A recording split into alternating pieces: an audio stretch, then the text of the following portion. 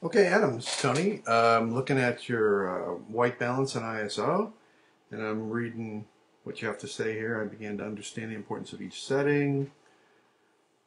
Okay, and the photos of the door and light was an ISO of 100 and a white balance setting with regards to the tungsten light. Completely helped me. Oh, good. And the orangeness of the light, letting in enough to complete this picture. Very cool stuff. Okay. Yeah, so let's jump over to the pictures here.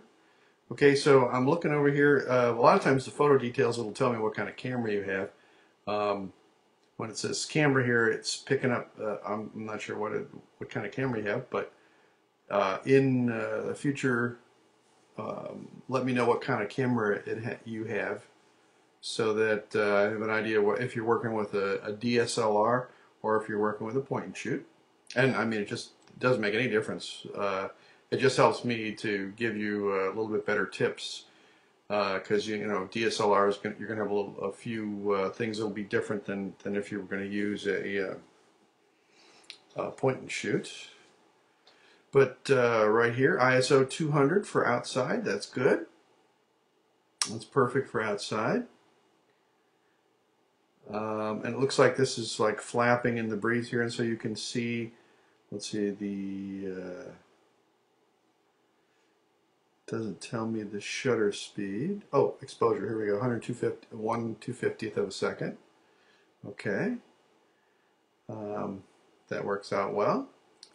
Okay, yeah, when you're shooting inside like this and you're shooting at a high ISO, you can see that, you know, the pictures tend to get a little on the noisy side.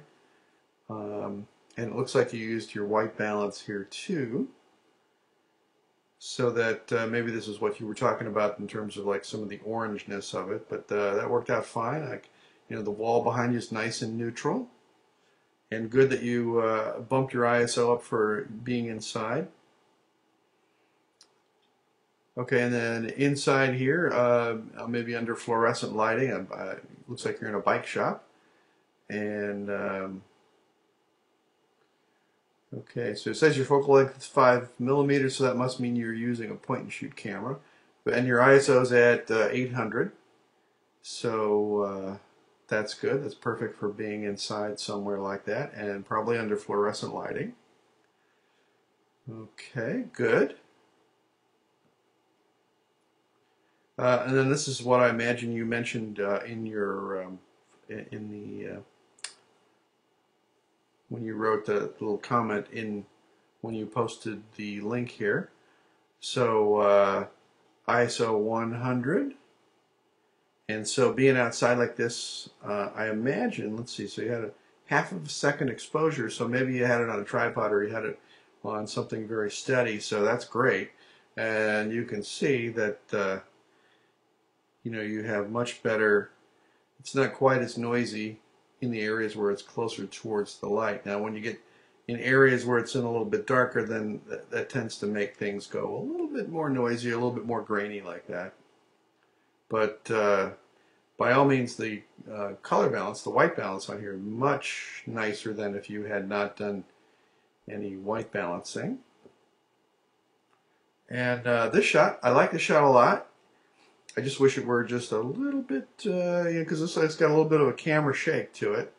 And I can see right over here, your ISO is at 400, but your shutter speed right here is at 1/10 of a second. That's tough to hand hold something like that. So it looks like you also maybe zoomed in with a little bit more in the telephoto part of it, which can cause your aperture to stop down to, you know, something like this one, right? Like you see right here, 5.1.